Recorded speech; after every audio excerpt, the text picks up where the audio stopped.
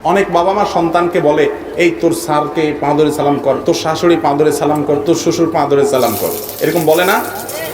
আমার একটা ছোট্ট প্রশ্ন আছে, সেটা হলো সালামের দুইটা পার্ট, একটা হলো সালাম দেওয়া আর একটা হলো সালামের জবাব দেওয়া, ঠিক না বেঠিক? কোরআনে আল্লাহ তাআলা বলেছেন, ওয়াইদা হুইয়িতুম বিতাহিয়াতিন ফাহাইয়ু বিআহসানা মিনহা আও রুদ্দুহা। কেউ যদি তোমাকে সালাম দেয়, যতটুকু বলে সে সালাম দেয় তুমি তার চাইতে আরো একটু বাড়ায়া বলবা। সে যতটুকু দোয়া দেয় তুমি তার চাইতে একটু বাড়ায় দিবা। এখন মনে করেন আপনি আপনার শ্বশুরের পাও ধরে সালাম করলেন, সালাম যদি হয় পাও ধরে সালাম করা, তাহলে শ্বশুরের সালামের কি দিতে হবে? জবাব। তাহলে শ্বশুর কি ধরবে? বুঝেন নাই কথা?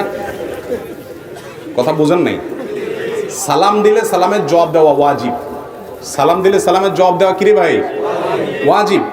এখন সালামের জবাবে আল্লাহ বলছেন, যতটুকু দিয়ে সালাম দিবে জবাবে তার চেয়ে একটু এক কাঠি আগে থাকতে হবে, বাড়ায় দিতে হবে। হ্যাঁ, আসসালামু আলাইকুম বলছে, তুমি জবাবে বলবা আসসালামু আলাইকুম ওয়া রাহমাতুল্লাহ।